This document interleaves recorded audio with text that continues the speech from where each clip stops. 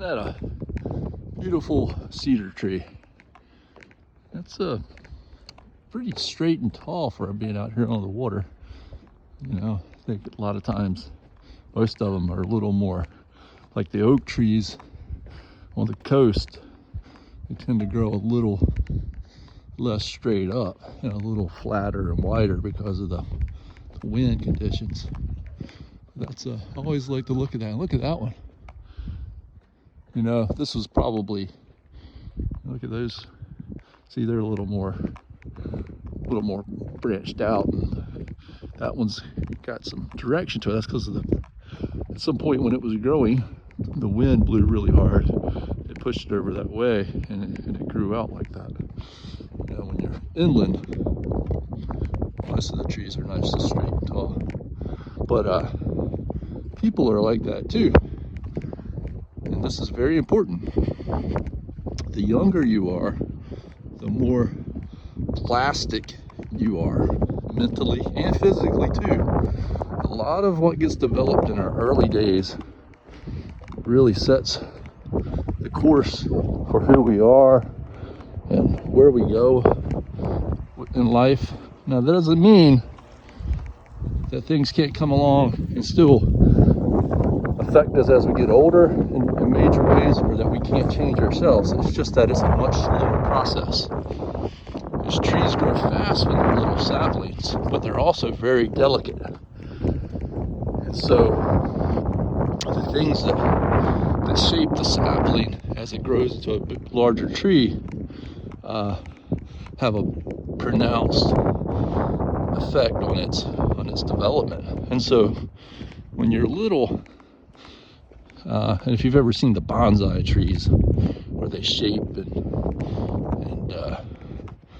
and kind of model those trees, it's really really neat. But it's a good example of how things grow from the time they're small to the time they get big. We saw the famous bonsai trees at the National Arboretum in Maryland. And so when you're young, all kinds of things are shaping and forming you, and all the people in the world. So this is not just pertinent to ourselves, but it's also how we understand other people. And we can understand the situation. Certain conditions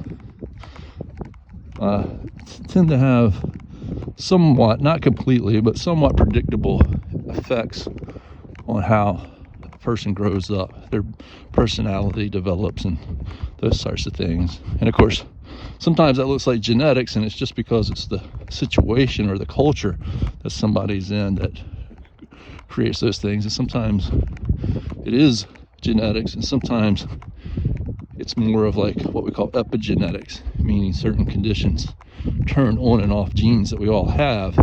But if we're exposed to certain conditions, certain genes get turned on or off. And research shows too that through certain life habits, we turn on and off certain genes, either good or bad. Certain things may turn on genes in some people that actually can have a lot of negative consequences. You know, certain kinds of bad habits. Tobacco smoking is a great example of something that can really, especially for some people, have severe consequences through the way that it changes the genetic expression. So people get cancer and things like that. But many things, so many things, and exercise helps to turn on certain genes that help our cells stay healthy and young. But you can over-exercise. So it's all different things. But there's also the social environment that we're in. And so you, as a young person, when you're real little, and your brain develops the most in the very first years of your life, that is when parents really need to give just all sorts of care and love to their little ones, because The little ones are just there. They have no sense of really of who they are or self. That hasn't developed yet. And they're reliant on proper nutrition and proper parent to child interaction, love, and learning, the basic learning. Lots and lots of reading and talking and playing, listening to good music, those sorts of things. And then a little bit changes as you get a little bit older, like 4, 5, and 6. You start to get more social. You start to get to where you can kind of look to other people and other children and learn from them. And that's, hey, good morning, how are y'all? And those things are really important. And that was my old English teacher from when I was a senior in high school. He was also a track coach, but if you got on the camera. But so as a young person, as you start to get to 8 years old, you just turned 8 years old. Now you can start to think for yourself a little more, and you can start to say, this is a very important time to be able to say that, I am going to, do well in school, but I'm also going to do it for a good purpose. I'm going to do it because I want to be a force of good in this world. I want to do things that would help the world and make this place a better and more caring place. That doesn't mean by managing and manipulating and changing things. That's not necessarily how that works. Just by living by example and living a good life and pursuing worthy things, things that produce good long-term value for everybody. Not every human being needs to try to take a path of acquiring great wealth or great power or any of those things. If you happen to be in a position where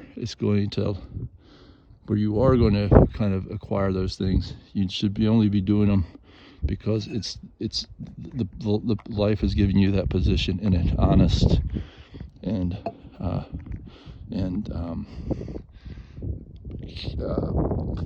positive way, not in a way where you pursue them just for the sake of pursuing those things. That's just how the universe is, how life is. We should pursue things in a way that we're grateful for life, and that we pursue things that seem to be our calling, our areas where we can give back the most in the most positive way, and we will get rewarded, and usually the rewards will be very nice and allow you to be very happy. And that's really kind of the ultimate thing, is if people are sort of pursuing the things that will make them happy in the most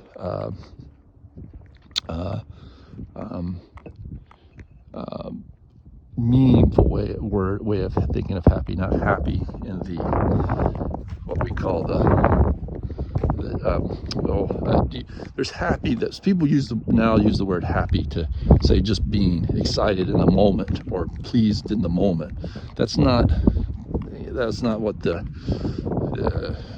Greeks called it eudaimonia, good life. And this is an all around type of, hey, how are you doing? Hey, good morning. She slowed down.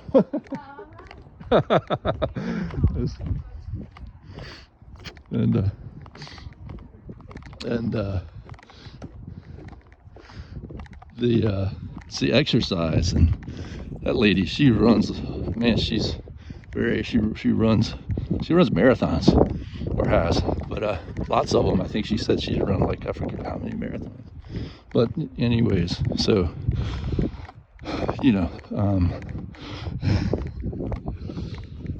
Anyways, just start creating your own direction with a positive. When you're young, you know what positive is, and so you start wiring in your brain, if that's, for lack of a better term, start developing your brain to focus on those things, you know, to focus on the develop, just like you develop a skill for playing a musical instrument or for painting or for whatever, to develop the skill for thinking and acting in the ways that you have decided are positive. I love you.